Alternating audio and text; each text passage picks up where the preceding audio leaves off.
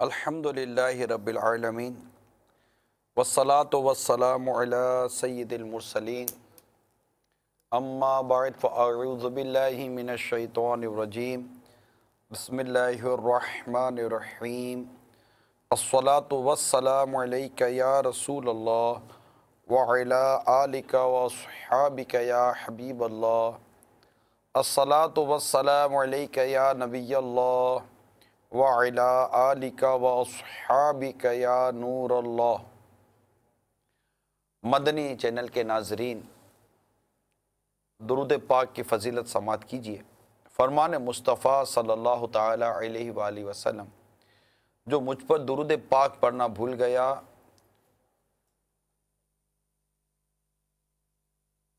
وہ جنت کا راستہ بھول گیا۔ یہ درود پاک نہ پڑھنے کا نقصان ہے کہ جو سرکار صلی اللہ تعالی علیہ وسلم پر درود پاک پڑھنا بھول گیا وہ جنت کا راستہ بھول گیا۔ صلو علی الحبیب صلی اللہ تعالی علی محمد۔ آج بھی ایک موضوع مدنی پھولوں کی مدنی مہک کے سلسلے میں لے کر حاضر ہوں۔ سلگتا ہوا تھوڑا سا موضوع ہے، توجہ کیجیے گا۔ امید کرتا ہوں کہ اگر یہ موضوع دل و دماغ میں رچ بس گیا تو بہت سارے برائیوں سے ہماری جان چھوٹ سکتی ہے۔ علامہ ابن ہشام سے منقول ہے کہ وہ نقل کرتے ہیں کہ عہد رسالت میں مسلمانوں کی ایک عورت چہرے پر نقاب ڈالے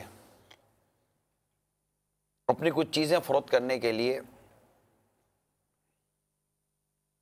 بنی کئی نکاع کے بازار میں آئی۔ اس نے اپنا سامان بیچا۔ ایک یہودی جو سونار تھا اس کی دکان پر وہ بیٹھ گئی۔ یہودی نے باتوں باتوں میں بڑی کوشش کی کہ یہ عورت اپنے چہرے سے نقاب کھول دے، مگر اس نے انکار کر دیا۔ پھر اس نے اس خاتون کے ساتھ کچھ شرارت کی۔ اب جب اس سے شرارت کی تو یہ دیکھ کر جو دیگر جو یہودی کھڑے تھے وہ کہا لگانے لگے، ہنسی مذاق اڑانے لگے۔ اسی میں اس خاتون نے بلند آواز سے فریاد کی۔ ایک مسلمان اس یہودی سونار پر جھپٹا اور دیکھتے دیکھتے اسے موت کے گھاٹ اتار دیا۔ اب اس بازار کے یہودی جمع ہو گئے، اس مسلمان کو شہید کر دیا۔ اس کے نتیجے میں مسلمانوں اور یہودیوں کے درمیان ایک زبردست جنگ ہوئی، جسے تاریخ میں غزوہ بنو قینقاع کے نام سے یاد کیا جاتا ہے۔ تاریخ اسلام کا یہ ایک واقعہ تھا، تاریخ کا ایک واقعہ تھا جو میں نے آج اپنے بیان کا جو میرا موضوع ہے اس کے بنیادی طور پر آپ کو پیش کرنے کی کوشش کی ہے۔ ذرا غور طلب بات، اس میں بہت ساری چیزیں ہیں۔ ایک تو اس کے بہاف پر میں اپنے ان نوجوانوں کو ضرور کچھ عرض کروں گا جو گلی کونوں پر بیٹھ کر آتی جاتی لڑکیوں کو چھیڑتے رہتے ہیں، آوازیں کستے رہتے ہیں۔ ٹھیک ہے، آپ کہیں گے کہ وہ بے پردہ ہوتی ہیں، جو بھی ہوتی ہیں، مگر آپ کو کس نے اس بات کی پرمیشن دی ہے کہ آپ آتی جاتی لڑکیوں کو آواز کسے چھیڑیں؟ بلکہ یہ گلی کونوں پر بیٹھنا ہی کوئی شرافت، خاص شرافت والا کام نہیں ہے۔ فضول قسم کی وہ بیٹھکیں عموماً ہوتی ہیں، تو کبھی پان کی دکان پہ بیٹھے رہتے ہیں، تو کبھی ساتھ کوئی چبوترا سا بنا ہوا ہوتا ہے اس کے اوپر بیٹھے ہوئے ہوتے ہیں، تو بیٹھ کر یہ کھیل رہے ہیں، وہ کھیل رہے ہیں، ہنسی مذاق کر رہے ہیں۔ آتی جاتی محلے کی جو بچیاں ہوتی ہیں ان کو دیکھنا، تکنا، آوازیں کسنا۔ مانتا ہوں کہ بعض جو گلی سے گزرنے والی بے پردہ جو لڑکیاں ہوتی ہیں ان کی شرارتیں بھی ہوتی ہے، اس کا انکار نہیں کرتا، مگر اب تو میں تو آپ سے بات کروں گا نا، آپ کیوں ایسا کرتے ہو؟ دیکھیے ایک وقت تھا کہ یہودی تنگ کر رہا ہے مسلمان عورت کو کہ وہ کسی صورت اس کا نقاب اڑ جائے، اس کا چہرہ نظر آ جائے، اور وہ آواز دیتی ہے تو ایک مسلمان، غیرت مند مسلمان بڑھتا ہے اور اپنی کسی مسلمان عورت کو چھیڑنے کے معاملے میں جذباتی ہوتے ہیں، اس یہودی کو قتل کر دیتے ہیں۔ جواب میں یہودی مل کر مسلمان کو شہید کر دیتے ہیں۔ تو ایک کیسا دور تھا، اور آج ہمارے سامنے ہے کہ یہ عجیب و غریب دور ہے کہ جیسے کہ نا کہ وہ قوم کل تک جو کھیلتی تھی شمشیروں کے ساتھ، وہ قوم کل تک جو کھیلتی تھی شمشیروں کے ساتھ، سینما دیکھتی آج وہ ہمشیروں کے ساتھ۔ ہماری سوچوں پر عجیب و غریب قسم کا ایک پردہ پڑ گیا ہے۔ اب دیکھیے حضرت سیدنا ابو سعید خدری رضی اللہ تعالیٰ عنہ فرماتے ہیں، ایک نوجوان صحابی کی نئی شادی ہوئی تھی۔ ایک بار جب وہ اپنے گھر تشریف لائے تو دیکھا کہ ان کی دلہن گھر کے دروازے پر کھڑی ہے، مارے جلال کے نیزہ تان کر اپنی دلہن کی طرف لپکے۔ نئی نویلی دلہن گھر کے دروازے پر کھڑی، اس کا کام کیا ہے نہیں گھر کے دروازے پر کھڑے ہونے کا؟ اب یہ ان کا غیرت ایمانی ہے، وہ لپکے نیزہ لے کر اپنی نئی نویلی دلہن کی طرف کہ یہ گھر کے دروازے پر کیا کر رہی ہے۔ وہ گھبرا کر تھوڑی پیچھے ہٹی، جسے پیچھے ہٹی اور رو کر پکاری، میرے سرتاج مجھے مت ماریے، میں بے قصور ہوں، ذرا گھر کے اندر چل کے تو دیکھیے کس چیز نے مجھے باہر نکالا ہے۔ چنانچہ وہ صحابی رضی اللہ تعالی عنہ تشریف لے گئے، کیا دیکھتے ہیں کہ ایک خطرناک زہریلا سانپ کنڈلی مارے بچھونے پر بیٹھا ہے۔ اب بے قرار ہو کر سانپ پر آپ نے وار کیا اور اس کو اپنے نیزے میں پرو لیا۔ سانپ نے بھی تڑپ کر ان کو ڈس لیا اور زخمی سانپ تڑپ تڑپ کر مر گیا، اور وہ غیرت مند صحابی رضی اللہ تعالی عنہ بھی سانپ کے زہر کے اثر سے جام شہادت نوش کر گئے۔ تو یہ ایک تصور ہے ہمارے معاشرے کا، کہ ایک ہمارے ماضی کا تصور ہے کہ کیسے لوگ تھے۔ اسی طرح ایک واقعہ میں نے کتاب میں پڑھا تھا، میں اس کو اپنے حافظے کے مطابق عرض کرنے کی کوشش کرتا ہوں۔ دو میاں بیوی میں ناچاکی ہو گئی تھی۔ اب کسی وجہ سے بیوی نے شوہر کے معاملے میں عدالت میں قاضی کے پاس مقدمہ دائر کیا۔ اب عورت باپردہ تھی، حجاب والی تھی، چہرہ اسے چھپایا ہوا تھا۔ جب مقدمہ چلا تو شوہر بھی آ گیا، ٹھیک ہے میں بھی پیچھے نہیں ہٹتا بھائی، دیکھتے ہیں کیا فیصلہ ہوتا ہے۔ شوہر بھی فرنٹ لائن پر آیا، مقدمہ چلا۔ جب مقدمہ چلا تو گواہوں کی ضرورت پڑی۔ اب گواہ کہنے لگے کہ جب یہ عورت اپنے چہرے سے نقاب ہٹائے گی، چہرہ کھولے گی، تبھی ہم اس کو پہچانیں گے اور گواہی دے سکیں گے۔ اب قاضی نے کہا کہ اپنا چہرہ کھولیے۔ جب چہرہ کھولنے کی باری آئی تو اس عورت، وہ باپردہ عورت تھی، اس کو ایک جھجک سی ہوئی، اور بڑی مطلب کہ وہ پریشان ہو گئی کہ میں اتنے غیر مردوں میں اپنا چہرہ کیسے کھولوں۔ اب اس کی یہ جھجک کو دیکھ کر شوہر نے بڑا اثر لیا کہ مطلب کیسے ہو سکتا ہے کہ یہ مطلب غیر مردوں کے آگے چہرہ کھولے۔ شوہر نے بیوی کے حق میں وہ آپ وڈرو ہو گئے کہ میں کیس واپس لیتا ہوں اور مجھے اس چیز کی ضرورت نہیں ہے، اس کے حق میں جیسے کا فیصلہ دینا ہے تو دے دیں۔ جب بیوی نے اپنے شوہر کا یہ رپلائی دیکھا کہ میرا شوہر ایسا غیرت مند ہے کہ اس کو اس بات پر غیرت آ گئی کہ میرا چہرہ نہ کھلے، اس نے بھی اپنا مقدمہ واپس لے لیا اور دونوں میں ترکیب مدینہ ہو گئی۔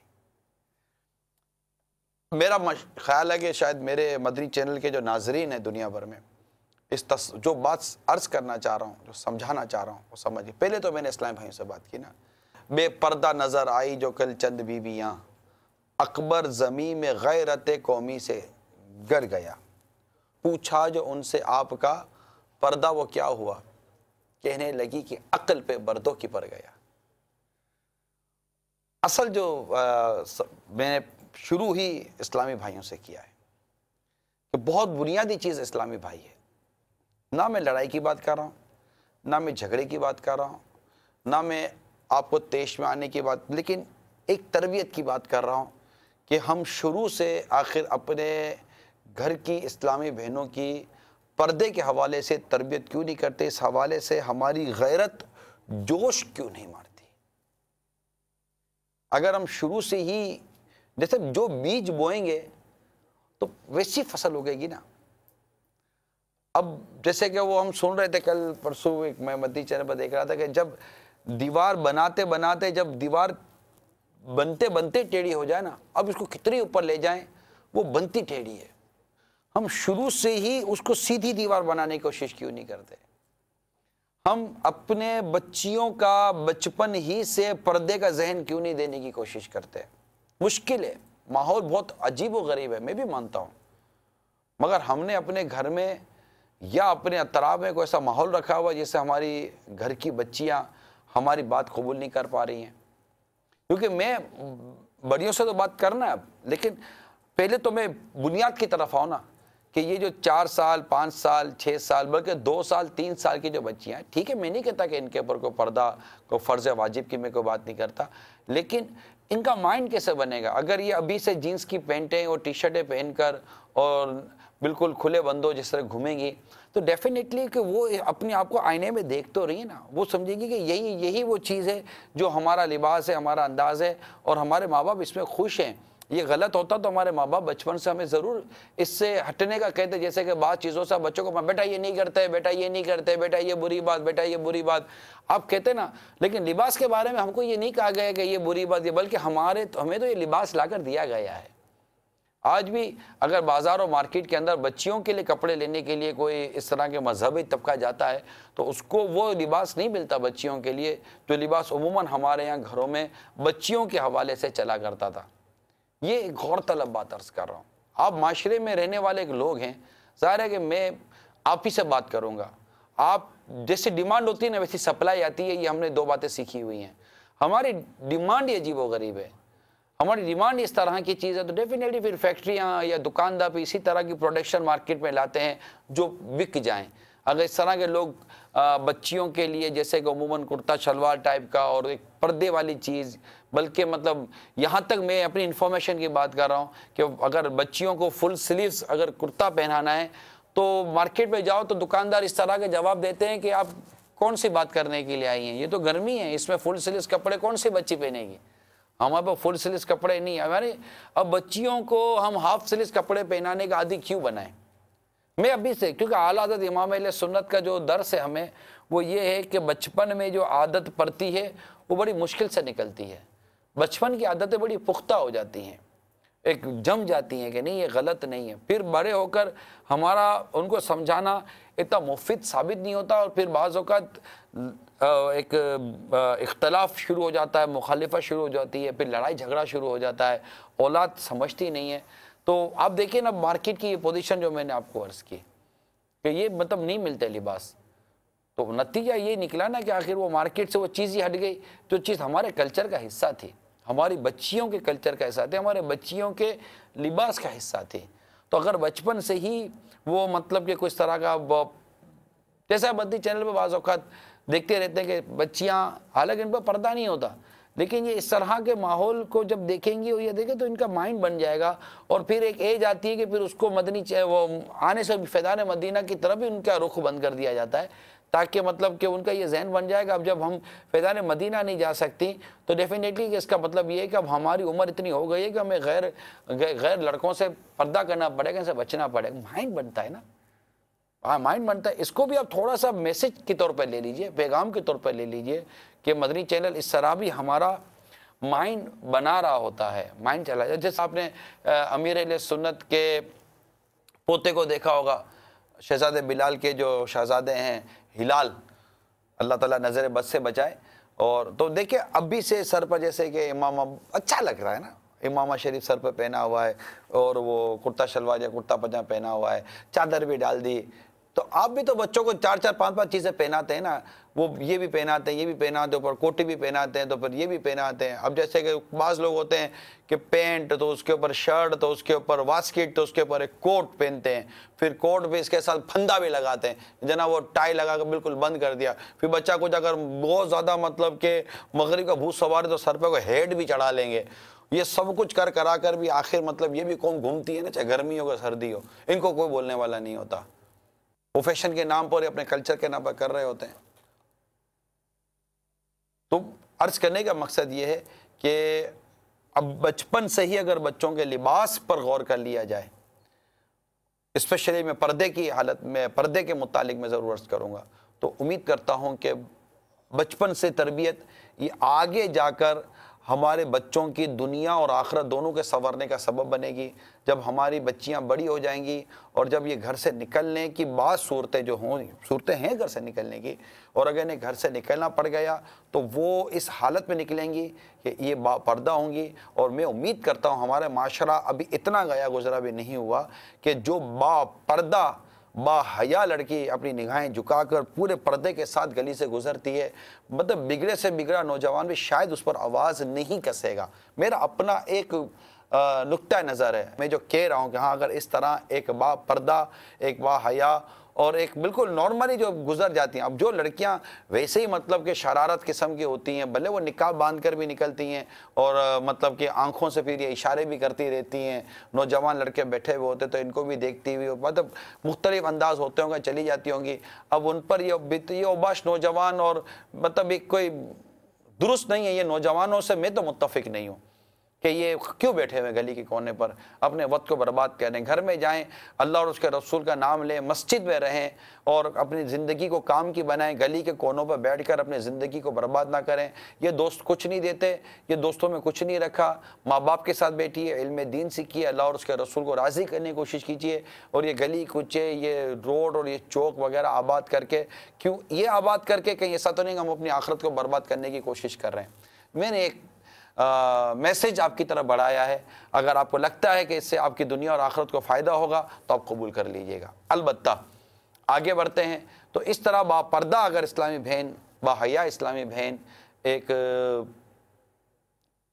تو اس طرح اگر گزرے گی تو میں نہیں سمجھتا کہ اس کے اوپر کوئی انگلی اٹھائے یا اس کے اوپر کوئی بات کرے. نارملی طور پر با پردہ اسلامی بہنوں کی ابھی ہمارے معاشرے میں عزت ہے. ہاں یہ الگ بات ہے کہ بے پردہ اور وہ بھی پھر بہت زیادہ فیشنیبل قسم کی لڑکی جب گلی کوچوں سے گزرتی ہے تو پھر اس طرح کی اوباش نظریں اس کو تنگ کرتی ہیں.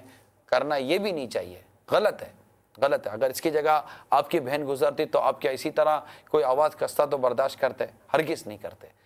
کوشش ذہن بنائیے کہ جو گزر رہی ہے وہ بھی کسی کی بہن ہے، کسی کی ماں ہے، کسی کی خالہ ہے، کسی کی پھوپھی ہے، کسی کی کچھ تو رشتہ رکھتا ہوگا.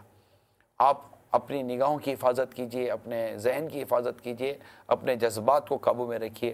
البتہ اسلامی بہنوں کو چاہیے کہ اپنے آپ کو پردے کی حالت میں لیں.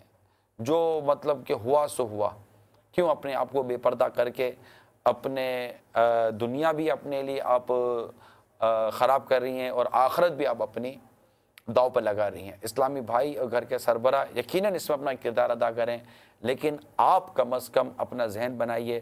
حضرت سیدنا ام خلاد رضی اللہ تعالی عنہا کا بیٹا یہ جنگ میں شہید ہو گیا. آپ رضی اللہ تعالی عنہا ان کے بارے میں معلومات حاصل کرنے کے لیے نقاب ڈالے با پردہ بارگاہ رسالت صلی اللہ تعالی علیہ وسلم میں حاضر ہوئیں. اس پر کسی نے حیرت سے کہا اس وقت بھی آپ نے نقاب ڈال رکھا ہے؟ کہنے لگی میں نے بیٹا ضرور کھویا ہے، حیا نہیں کھوئی. اسی طرح کچھ واقعات آپ کو میں بیان کرتا ہوں. دیکھیے کیسا پیارا ذہن ہمیں دیا جا رہا ہے. ابو القعیس کی زوجہ نے ام المومنین سیدتنا عائشہ صدیقہ رضی اللہ تعالی عنہا کو بچپن میں دودھ پلایا تھا، لہذا ابو قیس حضرت ام المومنین عائشہ صدیقہ رضی اللہ تعالی عنہ کے رضائی والد اور ابو القیس کے بھائی افلاح ام المومنین کے رضائی چچا ہوئے۔ جب پردے سے متعلق آیات مقدسہ نازل ہوئیں تو افلاح نے حضرت ام المومنین عائشہ صدیقہ رضی اللہ تعالی عنہ کے پاس آنا چاہا تو آپ نے پردے کی احتیاط کے پیش نظر منع فرما دیا۔ چنانچہ بخاری شریف میں ہے کہ ام المومنین فرماتی ہیں کہ پہلے میں سرکار صلی اللہ تعالی علیہ وسلم سے دریافت کر لوں کہ دودھ کے رشتے کی وجہ سے افلاح کا مجھ سے پردہ ہے یا نہیں، کیونکہ میں یہ سمجھتی ہوں کہ دودھ تو میں نے ابو القیس کی زوجہ کا پیا ہے، افلاح سے کیا رشتہ داری۔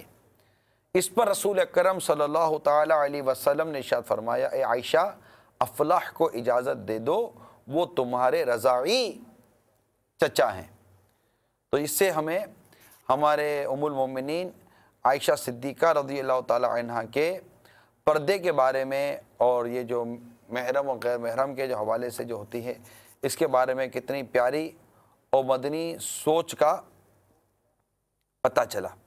ایک اور آپ کو واقعہ سناتا ہوں۔ حضرت سیدنا دحیہ بن خلیفہ رضی اللہ تعالی عنہ فرماتے ہیں رسول اکرم صلی اللہ تعالی علیہ وسلم کی خدمت سرابہ رحمت میں ایک مرتبہ مصر کے سفید رنگ کے باریک کپڑے لائے گئے تو سرکار صلی اللہ تعالی علیہ وسلم نے ان میں سے ایک کپڑا مجھے عطا کیا اور ارشاد فرمایا اس کے دو ٹکڑے کر کے ایک سے اپنا کرتا دوسرا اپنی بیوی کو دے دینا جس سے وہ اپنا دوپٹہ بنا لے۔ راوی کہتے ہیں جب میں چلنے لگا تو سرکار صلی اللہ تعالی علیہ وآلہ وسلم نے مجھے اس بات کی تاکید کی کہ اپنی بیوی کو کہنا کہ اس کے نیچے دوسرا کپڑا لگا لے تاکہ دوپٹے کے نیچے کچھ نظر نہ آئے۔ ایک اور واقعہ سنیے، یہ جو ابھی میں نے بیان کی یہ سنن ابی داؤد شریف کے حوالے سے ہے، پھر موطا امام مالک کے حوالے سے جو روایت نقل کی گئی ہے وہ اب بیان کرتا ہوں کہ ام المومنین عائشہ صدیقہ رضی اللہ تعالی عنہ کی خدمت سرابہ غیرت میں ان کے بھائی حضرت سیدنا عبد الرحمن رضی اللہ تعالی عنہ کی بیٹی سیدتنا حفصہ رضی اللہ تعالی عنہ حاضر ہوئیں۔ انہوں نے باریک دوپٹہ اور رکھا تھا، آپ نے اس دوپٹے کو پھاڑ دیا اور انہیں موٹا دوپٹہ اوڑھا دیا۔ اچھا، اب مفسر شہیر حکیم الامت مفتی احمد یار خان علیہ رحمت الحنان اس حدیث پاک کے تحت فرماتے ہیں یعنی اس دوپٹے کو پھاڑ کر دو رومال بنا دیے تاکہ اوڑھنے کے قابل نہ رہے، رومال کے کام آوے، لہٰذا اس پر اعتراض نہیں کہ آپ نے یہ مال ضائع کیوں فرما دیا۔ مزید فرماتے ہیں یہ ہے عملی تبلیغ اور بچیوں کی صحیح تربیت اور تعلیم۔ اس دوپٹے سے سر کے بال چمک رہے تھے، ستر حاصل نہ تھا، اس لیے یہ عمل فرمایا گیا۔ تو ہمیں یہاں سے اس بات کا اندازہ ہوتا ہے کہ پردے کے متعلق ہمارے صحابیات ام المومنین عائشہ صدیقہ رضی اللہ تعالی عنہ، پھر دیگر اور بہت سارے واقعات ہیں، خاتون جنت رضی اللہ تعالی عنہ کے بھی واقعات ہیں، ام المومنین حضرت سودا رضی اللہ تعالی عنہ کے بھی واقعات ہیں، بہت سارے واقعات ہیں جو بیان کیے جا سکتے ہیں۔ میری ریکویسٹ یہ ہے، مدنی التجا یہ ہے کہ ہمارے یہاں جو بے پردگی اور بے پردگی میں جو بہت زیادہ جیسے کہ بازاروں کا رخ کرنا، نکلنا، گھر میں دل نہ لگنا، اس پر غور کر لیجئے۔ آپ ٹھنڈے دل سے غور کر لیجئے۔ اگر زینت کرنی ہے، فیشن کرنی ہے تو آپ سب جانتے ہیں کہ زینت و فیشن تو یہ تو شوہر کے لیے ہے، باہر والوں کے لیے کیا ہے؟ کچھ بھی نہیں۔ باہر کیا ہے؟ باہر تو پردہ ہے، باہر تو برقع ہے، باہر تو خود کو چھپانا ہے، نہ کہ اپنے زینت کو، اپنے زیورات کو اور اپنے لباس کو مطلب کہ یوں نمایاں کرنا غیر مردوں کے آگے۔ کس قدر یہ عجیب و غریب عجیب قسم کی بات ہے، مطلب بالکل حیرت ہوتی ہے۔ مطلب بات کرتے ہوئے غیر مرد سے ایک عورت کو کس قدر ہچکچانا چاہیے، حیا کی باتیں کر رہا ہوں میں۔ حیا کی باتیں کر رہا ہوں، میں حیا کی باتیں کر رہا ہوں، اور بعض باتیں قرآن اور حدیث کے مطابق جو میں عرض کرنے کی کوشش کر رہا ہوں کہ جو مضامین ملتے ہیں قرآن و حدیث کے، اس کو اپنے پیش نظر رکھیے۔ بے باکی اچھی نہیں ہے۔ مانتا ہوں کہ میڈیا نے، حالات نے، معاملات نے، معاشرے نے اس کام پر کو بہت مشکل کر دیا ہے، لیکن افضل اعمال احمسها، جو افضل عمل وہ ہے جس میں زحمت زیادہ ہو، اس کا ثواب بہت زیادہ ملے گا۔ عورت کی جو اصل چیز تھی، دیکھیں اسلام نے عورت کو دفاع دیا نا، یہی اسلام ہمیں پردہ کا درس دے رہا ہے، ہمیں گھر پہ بیٹھنے کا درس دے رہا ہے۔ ورنہ اگر عورت اس طرح بے باکی کرتی ہے اور اس کو مطلب نیگیٹو لیتی ہے تو عورت تھی کیا؟ اسلام سے پہلے عورت کی پوزیشن کیا تھی؟ اسلام سے پہلے عورت کی اوقات کیا تھی؟ نہیں، ناراض ہونے کی کوئی بات نہیں، واقعی عورت کی اوقات کیا تھی؟ کچھ بھی تو نہیں تھا۔ اسلام نے باقاعدہ عورت کے احکام بیان کے، قرآن پاک میں پوری ایک سورت کا نام سورہ نساء رکھا، مردوں کو عورتوں کے متعلق کیسے احکامات جاری کیے، وراثت کے حوالے سے کیسے احکامات جاری کیے، پردہ بھی دے کر عورت کو تحفظ تو دیا گیا ہے، ایک پروٹیکشن وال بنا دی گئی ہے عورت کے لیے۔ اگر یہ اپنی پروٹیکشن وال کو توڑ کر ہی خود اپنے پروٹیکٹڈ ایریا سے ہی باہر نکلتی ہے اور پھر یہ کہتی ہے کہ جناب یوں یوں یوں یوں، تو جو حالات معاملات ہیں وہ سب کیا کون نہیں جانتا؟ پھر اس طرح لڑکیاں خودکشیاں کرتی ہیں، تنگ آ جاتی ہیں، جو کچھ ہو رہا ہے میرے سے زیادہ آپ جانتے ہوں گے۔ تو میڈیا کو چھوڑے، میڈیا جو بھی کیا کر سکتا ہے میڈیا کے لیے؟ ہم دعائی کرے کہ اللہ تعالیٰ اس کو مطلب کہ کو غسل ہو جائے، یہ ستھرا ہو جائے، صاف ہو جائے، اور ہمارے گھروں سے وہ چیزیں نکل جائیں جو ہمارے گھر میں بے حیائیاں، بے پردگیاں اور ہمارے اخلاق کو برباد کر دینے والی ہیں۔ دیکھیں امام محمد بن احمد ذہبی علیہ رحمۃ اللہ القوی لکھتے ہیں، منقول عورت پردے کی چیز ہے، پت اسے گھر میں قید رکھو، کیونکہ عورت جب کسی راستے کی طرف نکلتی ہے تو اس کے گھر والے پوچھتے ہیں کہاں کا ارادہ ہے، وہ کہتی ہے میں مریض کی بیمار پرسی کے لیے جا رہی ہوں، تو شیطان مسلسل اس کے ساتھ رہتا ہے، یہاں تک کہ وہ گھر سے باہر نکل جاتی ہے، اور عورت کو عیادت وغیرہ کسی نیک کام میں اللہ تعالیٰ کی ایسی رضا حاصل نہیں ہو سکتی جیسی وہ گھر بیٹھ کر اللہ تعالیٰ کی عبادت اور جائز کام میں خاوند کی اطاعت کر کے حاصل کر سکتی ہے۔ اب یہ جو عورت گھر سے نکلتی ہے، اس کی ایک وجہ کچھ ہماری بھی سستی ہے اسلامی بھائیوں۔ ہم نے بھی بہت سارے گھریلو معاملات، کام کاج، ایون کہ سودا وغیرہ جو لانا ہے، خریداری کرنی ہے، وہ بھی ہم نے اپنے گھر کی عورتوں کے سپرد کر دیا ہے، پیسے دے دیے، اب آپ کر لیجئے گا۔ ایون کہ شادی بیاہ کے معاملات لے لیجئے اور دیگر معاملات لے لیجئے، ٹھیک عورتوں کے سپرد، ٹھیک ہے، گھر کے اندر ایک اسلامی بہن ہے، ایک عورت ہے، اس سے مشورہ بعض صورتوں میں ہم کر لیتے ہیں، لیکن لگام اور سارا نظام سپرد کر دینا یہ درست ہے۔ مجھ سے ناراض ہونے کی کوئی ضرورت نہیں ہے، میں نارمل سی بات کر رہا ہوں۔ قرآن کہتا ہے الرجال قوامون علی النساء، قرآن مردوں سے کہتا ہے کہ مرد جو ہے نا یہ گھر کے افسر ہیں، مرد گھر کا حاکم ہے، گھر ایک ادارہ ہے، ایک شعبہ ہے، گھر ایک مطلب یوں سمجھے کہ واقعی ایک چار دیواری، ایک پورا ایک سسٹم ہے، اور اس کو چلانے کے لیے مرد جو ہے نا یہ اس کا سربراہ ہے، یہ اس کا حاکم ہے، یہ اس کا پراپر ناظم ہے، وہ اس کے ہاتھ میں سارا سسٹم اور سارا نظام ہے۔ عورت کو عورتوں کے کام کی تقسیم ہے، مردوں کو مردوں کے کام کی تقسیم ہے۔ عورت کہے کہ میں گھر میں بیٹھ کر کیا کروں، میں گھر میں بیٹھ کر بور ہوتی ہوں، آپ کو سلیبس ہی نہیں پتا، آپ کو نصاب ہی نہیں پتا، تبھی تو آپ کہہ رہے ہیں میں بور ہوتی ہوں۔ تو آپ کے پاس تو جو ذمہ داری ہے وہ تو بہت بڑی ذمہ داری ہے، آپ کے پاس تو ذمہ داری بچوں کی اعلیٰ تربیت ہے۔ بچہ تو بہت بعد میں باپ کی طرف آتا ہے، شروع سے ایک عرصے تک وہ تو ماں کی گود سے چمٹا ہوا ہے، وہ تو ماں کی تربیت گاہ میں پرورش پا رہا ہے، اور وہاں سے لے کر آگے بڑھنے تک جو وقت ماں اس کو دیتی ہے، جو ماں کی تربیت وہ لیتا ہے، جو ماں سے وہ سیکھتا ہے، وہ تو بڑی عجیب، وہ تو بڑا الگ سے ایک ٹاپک ہے۔ باپ تو بڑی مطلب رات کو آتا ہے، بعض اوقات تو جب بچے جا رہے ہوتے ہیں مدرسے اسکول میں تو والد صاحب سوئے ہوئے ہوتے ہیں، اور جب والد صاحب کام سے آتے ہیں تو بچے سو چکے ہوتے ہیں، کئی دنوں تو بعض اوقات تو باپ کو دیکھتے تک نہیں اولاد۔ تو جو کچھ اولاد کے ساتھ ہے وہ تو ماں ہے، ماں کی نالج، ماں کا مطالعہ، ماں کی معلومات، ماں کی تربیت، ماں کی نگہداشت، ماں کی پرورش، ماں کا قرآن کے حوالے سے تربیت کرنا، ماں کا پردے کے حوالے سے تربیت کرنا، ماں کا نرمی اور اخلاقیات کے حوالے سے تربیت کرنا۔ آپ کیا سمجھتی ہیں؟ آپ کو بہت بڑی ذمہ داری دی گئی ہے، ریئلی۔ آپ تصور کیجئے آپ کے پاس کتنی بڑی ذمہ داری ہے، اور ساری ذمہ داریاں نبھا کر ایک عورت پھر شوہر کے گھر جاتی ہے تو وہاں کی ذمہ داریاں نبھاتی، یعنی جب بیٹی بنی ہوتی ہے تو ماں کے ساتھ کیا برتاؤ کرنا ہے وہ ذمہ داری نبھانی ہے، جب بیوی بنتی ہے تو شوہر کے ساتھ برتاؤ کرنا وہ ذمہ داریاں نبھانی ہے، جب بہو بنتی ہے تو ساس اور سسر کے ساتھ کیا ذمہ داریاں ہیں وہ نبھانے شروع کرتی ہے، جب ماں بنتی ہے تو ماں بن کر کیا ذمہ داریاں وہ نبھانی شروع کرتی ہے۔ آپ کے پاس تو بہت بڑی ذمہ داری ہے، آپ کن کاموں میں لگ گئی ہیں؟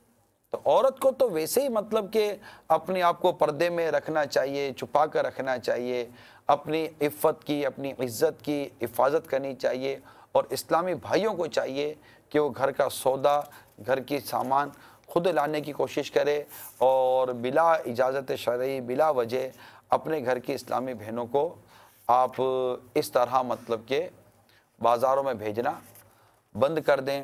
لباس کے حوالے سے میں نے چند باتیں بیان کرنے کی کوشش کی کہ ان کو لباس اس طرح کا پہنائیں کہ ان کی عزت کی حفاظت رہے، ان کا جسم ڈھکا رہے، بچپن سے ہی تربیت دیں کہ ایسا نہ ہو کہ لباس ان کی ذہن کی ڈائریکشن کو تبدیل کر دیں، ان کی سوچ کے ڈائریکشن کو تبدیل کر دیں۔ لباس سے باقاعدہ ڈائریکشن تبدیل، آپ دیکھ لیجئے، آپ لباس پہنیں، آپ دیکھیں لباس کی کتنی بڑی اہمیت ہے۔ جب آپ کسی مذہبی آدمی سے ملنے جاتے ہیں آپ اپنا لباس بدلتے ہیں، کہ کسی مقدس مقام پہ جاتے ہیں سر پر ٹوپی رکھتے ہیں، لباس تبدیل ہو جاتا ہے، یعنی لباس یہ انسان کی ذہن کی عکاسی بھی کرتا ہے۔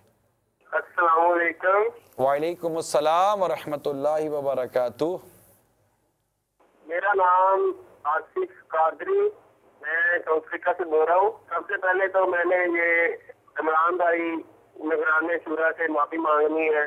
تو ان کا میں بیان سنتا تھا ادھر ساؤتھ افریقہ میں، تو میں ان کو مذاق کرتا تھا، ابھی اللہ کرے یہ مجھے معاف کر دیں۔ میں نے حضرت صاحب کو بھی دیکھا، پھر اس کے بعد 2 مرتبہ میں نے حضرت صاحب کو دیکھا ہے خواب میں، تو میں نے نیت کر لی تھی اسی دن، پھر میں نے داڑھی بھی ابھی ماشاءاللہ رکھ لی ہے، اور سنتوں پہ بھی عمل کر رہا ہوں، تھوڑا تھوڑا کھانا کھانا، سنت سے کھانا کھانا، اور اس کے بعد مسواک کرنا، اور داڑھی شریف بھی رکھ لی ہے ابھی۔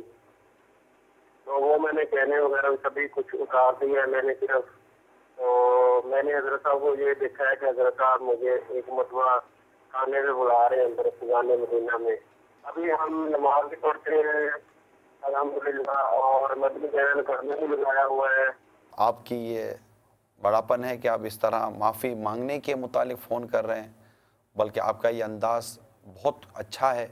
البتہ اگر کہیں آپ نے میری کو حق تلفی کی ہے تو میں نے آپ کو معاف کیا ہے، بلکہ آج تک جس نے بھی حق تلفی کی، بلکہ الحمدللہ شب برات کو امیل سنت کی موجودگی میں اگر کسی نے میری رقم بھی دبا لی ہے اب تک، میں نے سب کو معاف کیا ہوا تھا، اور اپنے سارے حقوق معاف کیے ہوئے ہیں۔ اللہ تعالیٰ بھی سے دعا کرے اللہ تعالیٰ مجھے معاف کر دے، اللہ مجھے بخش دے اور میری مغفرت کر دے، اور اپنے کرم سے بے حساب مجھ گناہ گار کو جنت میں داخل عطا فرما دے۔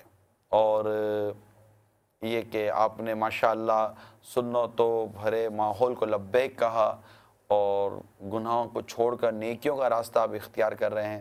رب کریم آپ کو استقامت عطا فرمائے، آپ کے صدقے ہم سب کو استقامت عطا فرمائے۔ خواب جو آپ نے امیر علیہ سنت کا دیکھا، بظاہر تو ظاہر ہے کہ اچھی چیزیں آپ نے دیکھی ہیں، اللہ تعالیٰ اس میں بھی جو خیر کے پہلو ہوں اللہ اس کی برکت عطا فرمائے۔ اللہ تعالیٰ آپ کو دنیا اور آخرت کی بہاریں اور برکتیں عطا فرمائے۔ صلو علی الحبیب صلی اللہ تعالی علی محمد۔ میں ایک اور مدنی پھول عرض کرتا چلوں، کیونکہ بات چلی تھی لباس کے حوالے سے، تو حضرت ابو ہریرہ رضی اللہ تعالیٰ عنہ سے روایت ہے کہ اللہ کے پیارے حبیب صلی اللہ تعالی علیہ وسلم ایک حدیث پاک میں یہ بھی فرمایا، دو زخیوں میں دو جماعتیں ایسی ہوں گی جنہیں میں نے اپنے اس عہد مبارک میں نہیں دیکھا، یعنی آئندہ پیدا ہونے والی ہیں۔ ان میں ایک جماعت ان عورتوں کی ہے جو پہن کر ننگی ہوں گی، دوسروں کو اپنی حرکتوں کے ذریعے بہکانے والیاں اور خود بھی بہکی ہوئی۔ ان کے سر بختی اونٹوں کی ایک طرف جھکی ہوئی کوہانوں کی طرح ہوں گے۔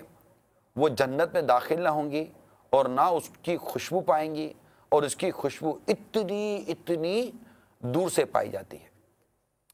حکیم الامت مفسر شہیر مفتی احمد یار خان رحمۃ اللہ تعالیٰ علیہ حدیث پاک کے ان الفاظ جو پہن کر ننگی ہوں گی کے تحت فرماتے ہیں، یعنی جسم کا کچھ حصہ لباس سے ڈھکیں گی اور کچھ حصہ ننگا رکھیں گی، یا اتنا باریک کپڑا پہنیں گی جس سے جسم ویسے ہی نظر آئے گا۔ یہ دونوں عیوب آج دیکھے جا رہے ہیں۔ انہوں نے برسوں پہلے لکھی تھی یہ شرح، اور آج کی کیفیت تو میرے مدینہ کے ناظرین سمجھ سکتے ہیں۔ یا اللہ تعالیٰ کی نعمتوں سے ڈھکی ہوں گی، شکر سے ننگی یعنی خالی ہوں گی، یا زیوروں سے آراستہ تقوی سے ننگی ہوں گی، اور کوہانوں کی طرح ہوں گی کے تحت فرماتے ہیں کہ اس جملہ مبارکہ کی بہت تفسیریں ہیں۔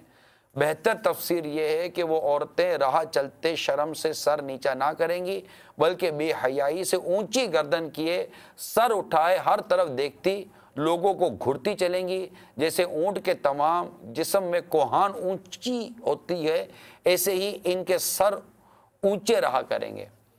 تو یہ جو حدیث اور پھر میں نے جس کی شرح بھی آپ کے سامنے بیان کی، وہ اسلامی بہنیں جو اس کی زد میں آ رہی ہیں وہ توبہ کر لیں اور رجوع کر لیں، اور وہ اسلامی بھائی جن کو پتہ ہے کہ جو اسلامی بہنیں زد میں آ رہی ہیں، آپ کو کیا ہو گیا، کیوں اس طرف بھاگتے ہو، کیوں اس طرف لپکتے ہو، اکثر نظریں جھکی رہیں گی، حیا سے نظریں جھکی رہیں گی انشاءاللہ عز و جل۔ اپنی نگاہوں کو حرام سے بچائیے، ان بے پردہ عورتوں سے اپنی نگاہوں کو بچائیے۔ جی، اللہ تبارک و تعالیٰ اپنے کرم سے آپ کے دل میں عبادت اور ایمان کی وہ لذت عطا فرمائے گا جس کو آپ محسوس کریں گے۔ بد نگاہی سے بڑی روحانیت چلی جاتی ہے۔ مت دیکھیے یہ، چاہے وہ ٹی وی کے اسکرین پر ہو یا نیٹ پر ہو، کمپیوٹر پر ہو، بازار میں ہو، دکان میں کہیں بھی ہو، بچنے کی کوشش کیجیے۔ صلو علی الحبیب صلی اللہ تعالی علی محمد۔ یہ اپنے جو گھر سے نکلنے کے حوالے سے جو میں نے عرض کی تھی، اس کے متعلق ایک مدنی پھول یہ تھا کہ بعض اسلامی بہنیں ہماری جاب کرتی ہیں، تو جاب کرنے کے حوالے سے جو ملازمت کرتی ہیں ان کے لیے میں یہ ضرور عرض کروں گا کہ عورت کی ملازمت کے حوالے سے میرے آقا اعلیٰ حضرت امام اہل سنت نے 5 شرطیں عطا فرمائی ہیں۔ نمبر 1، کپڑے باریک نہ ہوں جن سے سر کے بال یا کلائی وغیرہ ستر کا کوئی حصہ چمکے۔ نمبر 2، کپڑے تنگ و چست نہ ہوں جو بدن کی حیت یعنی سینے کے ابھار یا پنڈلی وغیرہ کی گولائی وغیرہ ظاہر کریں۔ بالوں یا گلے یا پیٹ کی کلائی یا پنڈلی کا کوئی حصہ ظاہر نہ ہوتا ہو۔ کبھی نہ محرم کے ساتھ خفیف یعنی معمولی سی دیر کے لیے بھی تنہائی نہ ہوتی ہو۔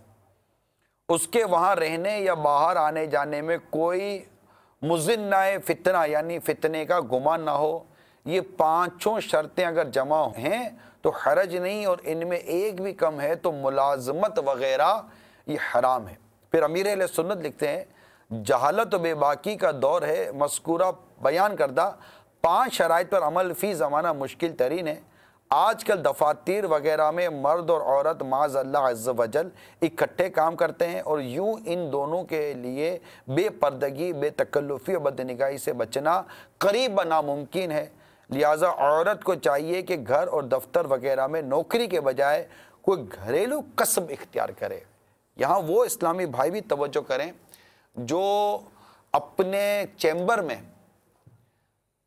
آپ کو کوئی بھی پروفیشن ہے، اپنے چیمبر میں، اپنے آفس میں الگ سے ایک نوجوان لڑکی کو، ایک الگ سے لڑکی کو، اجنبی لڑکی کو آپ بٹھاتے ہیں، اور اس سے کچھ نہ کچھ وقت تنہائی کا آپ کو بھی ملتا ہے۔ ایسی اسلامی بہن جو جاب کرتی ہے، میں تو اس کو بھی سمجھا رہا ہوں، آپ کیوں کرتی ہیں ایسی جاب، کیوں اپنے آپ کو خطرے میں ڈالا ہوا ہے؟ اور ایسے شخص نے کیوں اپنے آپ کو اس قدر فتنے میں مبتلا کیا ہوا ہے؟ آخر آپ کو کیا ضرورت ہے کہ آپ ایسے کاؤنٹر پر آ کے بیٹھی ہیں جہاں غیر مردوں سے آپ کو سامنا کرنا پڑتا ہے اور بالکل بے پردگی ہوتی ہے؟ اس طرح پی اے بننا، پرسنل سیکرٹری بننا، یا جو بھی مطلب کہ اس طرح کی پوسٹیں ہوتی ہیں جس میں کیا میں عرض کروں، اسلامی بھائی اسلامی بہنیں سب سمجھ رہے ہوں گے میں کیا کہنا چاہ رہا ہوں۔ یہ 5 شرطیں اعلیٰ حضرت امام علیہ سنت نے بیان کی، جو گھر میں جو کام کاج کرتی ہیں ان کو بھی یہ ان 5 شرطوں کو پیش نظر رکھنا پڑے گا۔ اگر بے پردگی کرنے والی ہوئی تو گھر کے مردوں کا بدنگاہیوں اور جہنم میں لے جانے والی حرکتوں سے بچنا سخت دشوار ہوگا اگر آپ نے ایسی کام والی گھر میں رکھی۔ بلکہ معاذ اللہ عز و جل گھر کی پردہ نشین خواتین کے اخلاق بھی تباہ و برباد ہو سکتے ہیں۔ غیر عورت کے ساتھ مرد کی خفیف یعنی معمولی سی تنہائی بھی حرام ہے۔ گھر میں رہنے والے مرد کا آج کل اس سے بچنا تقریباً ناممکن ہوتا ہے، لہذا گھر میں کام والی نہ رکھنے میں ہی عافیت ہے، اور اگر رکھنا ہے تو پھر اپنی آنکھوں کی حفاظت کیجیے اور ایسی رکھیے جو پردے کے حوالے سے لحاظ بھی رکھتی ہو۔ ان تمام چیزوں کو اپنے سامنے رکھ کر اپنی جاب کا، اپنی ملازمت کا پوسٹ مارٹم کیجیے، جائزہ لیجیے کہ زندگی چند دنوں کی ہے، ایک دن مرنا ہے، آخر موت ہے، کر لے جو کرنا ہے، آخر موت ہے۔ ملازمت پر جاتے جاتے ہی موت آ جاتی ہے، ملازمت پر پڑے پڑے ہی موت آ جاتی ہے، ترقیاں اور یہ ساری چیزیں یہیں رہ جائیں گی، ہم ایک دن دنیا سے چلے جائیں گے۔ کیا اسلامی بھائی، کیا اسلامی بہنیں، آئیے مل کر اس معاشرے سے بے پردگی کو، اس بے حیائی کو دور کرنے کی کوشش کریں۔ صرف سننے کی حد تک نہ رکھیں، گھر کے اندر تبدیلی لائیں، اخلاقیات کے ساتھ، نرمی کے ساتھ، پیار کے ساتھ، محبت کے ساتھ۔ جہاں شوہر کو، جہاں والد کو جس حد تک، جتنی سختی کی شریعت نے اجازت دی ہے اس حد تک جائیں۔ غیرت کے نام پر ظلم مت کیجیے، لوگ غیرت کے نام پر ظلم کرتے ہیں۔ غیرت یہ ظلم نہیں کرواتی، جو غیرت ایمانی ہے وہ کچھ اور ہے۔ اب غیرت کے نام پر عورت کو بے دردی سے مارنا، غیرت کے نام پر یہاں تک کہ عورت کا خون کر دینا، تیزاب چھڑک دینا، ان کے اوپر طرح طرح کے ظلم و ستم ڈھانا، آگ لگا دینا، سد و کوپ کرنا، ان کو بالکل مطلب مار مار کر ان کو ادموا کر دینا، یہ کس نے کہہ دیا آپ کو؟ نیکی کی دعوت دی ہے، اور جو شریعت نے جو باؤنڈری ہماری بنائی ہے اس باؤنڈری میں رہنے کی ہم کو کوشش کرنی چاہیے، تاکہ ہمارا گھر یہ اسلام کے مطابق ہی اسلام کے سانچے میں ڈھلے، نہ کہ ہم مطلب کہ ظلم و ستم کریں۔ بعض لوگ غیرت کے نام پر کرتے ہیں، خبریں آپ کو پتہ ہے، مجھے ہی پتہ ہے، اور اس طرح غیرت کے نام پر بہت قتل و غارت گری ہوتی ہے اور بہت ظلم و ستم کیا جاتا ہے عورت کے اوپر۔ ظلم و ستم کرنے کی آپ کو کس نے اجازت دے دی ہے؟ جو شریعت نے ایک طریقہ کار بیان کیا ہے سمجھانے کا، سکھانے کا، بتانے کا اور اس کا ذہن بنانے کا، اس پر چلیں، اور علماء اہل سنت سے رہنمائی لیں، دارالفت اہل سنت سے رہنمائی لے لیجئے کہ میں کیا کروں۔ اسلامی بہنیں اپنے آپ کو باپردہ بنا لیں۔ اللہ تعالی ہم سب کو عمل کرنے کی توفیق عطا فرمائے۔ اب بچپن سے ہی ہمارے بچوں کی اسلام کے مطابق درست تربیت کرنے کی اللہ تعالی ہم سب کو توفیق عطا فرمائے۔ آمین بجاہ نبی الامین صلی اللہ تعالی علیہ وسلم۔ کیا بات ہے دیکھو علم دین کی، کیا بات